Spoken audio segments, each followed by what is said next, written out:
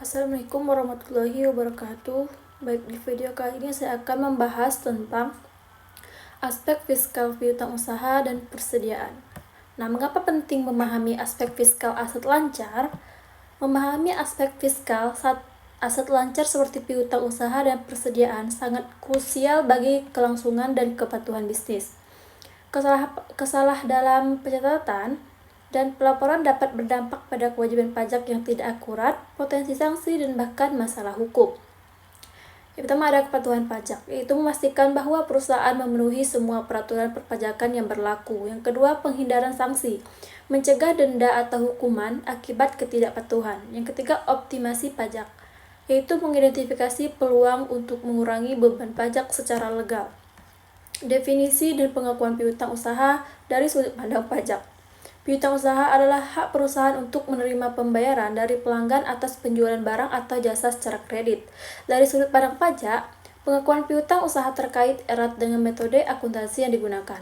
Yang pertama ada metode akrual, yaitu pendapatan diakui saat terjadi transaksi, meskipun pembayaran belum diterima. Ini berarti piutang diakui dan termasuk dalam penghasilan bruto yang dikenai pajak. Metode kas, pendapatan diakui saat pembayaran benar-benar diterima, piutang baru diakui sebagai penghasilan pada saat pelunasan. Perlakuan PPN atas penyerahan barang atau jasa terkait piutang. Pajak pertambahan nilai dikenakan atas penyerangan barang kena pajak atau jasa kena pajak. PPN terutang pada saat penyerahan, bukan saat pembayaran diterima. Yang pertama ada faktur pajak. Wajib diterbitkan pada saat penyerahan BKP atau JKP meskipun piutang belum tertagih. Yang kedua, saat terutang PPN. Terjadi saat penyerahan barang atau jasa, impor BKP atau pemanfaatan BKP tidak terwujud atau JKP dari luar daerah pelabaian. Yang ketiga, pelaporan. PPN yang telah dipungut harus dilaporkan dan disetor ke kas negara sesuai periode pajak tanpa menunggu pelunasan piutang. Nah, penyisihan piutang tak tertagih, syarat dan batasan fiskal. Penyisihan piutang tak tertagih adalah upaya untuk mengakui kerugian potensial dari piutang yang tidak dapat ditagih. Namun, untuk tujuan pajak ada syarat dan batasan ketat.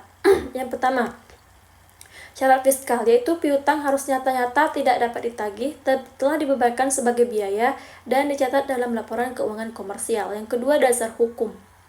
Diatur dalam Peraturan Menteri Keuangan atau PMK terkait yang menspesifikasikan jenis usaha dan besaran penyisihan. Yang ketiga, batasan.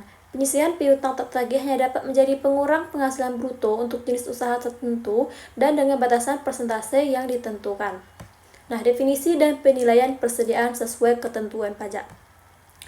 Persediaan adalah aset lancar dalam bentuk barang yang dimiliki untuk dijual kembali, barang dalam proses produksi, atau bahan baku yang akan digunakan dalam produksi.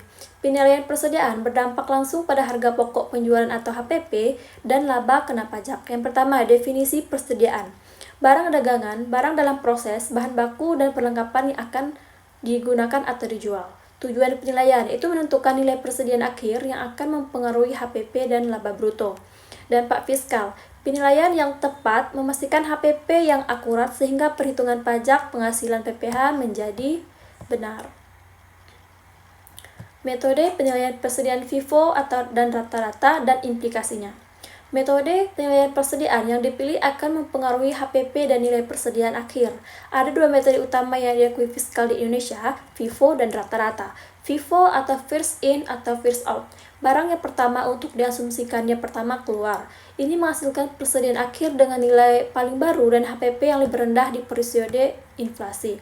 Rata-rata, biaya per unit dihitung berdasarkan rata-rata biaya semua barang yang tersedia untuk dijual. Ini memberikan nilai HPP dan persediaan akhir yang lebih stabil. Metode LIFO atau last in first out tidak diizinkan untuk tujuan perpajakan Indonesia. Nah, biaya perolehan persediaan, apa saja yang dapat dikapitalisasi? Biaya perolehan persediaan tidak hanya mencakup harga beli, tetapi juga semua biaya yang timbul untuk membawa persediaan ke lokasi kondisi saat ini. Ini termasuk biaya-biaya yang dapat dikapitalisasi. Yang pertama, harga beli. Itu harga dasar barang yang diperoleh dari pemasok. Yang kedua, biaya angkut, yaitu biaya transportasi persediaan dari pemasok ke gudang perusahaan. Yang ketiga, biaya perolehan lain. Biaya yang langsung terkait dengan perolehan persediaan seperti bea masuk dan asuransi dalam perjalanan. Yang keempat, biaya konversi, yaitu untuk persediaan barang jadi atau barang dalam proses, termasuk biaya tenaga kerja langsung dan overhead pabrik.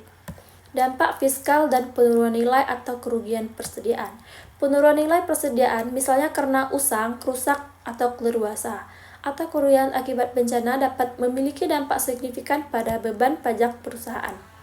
Yang pertama ada penurunan nilai.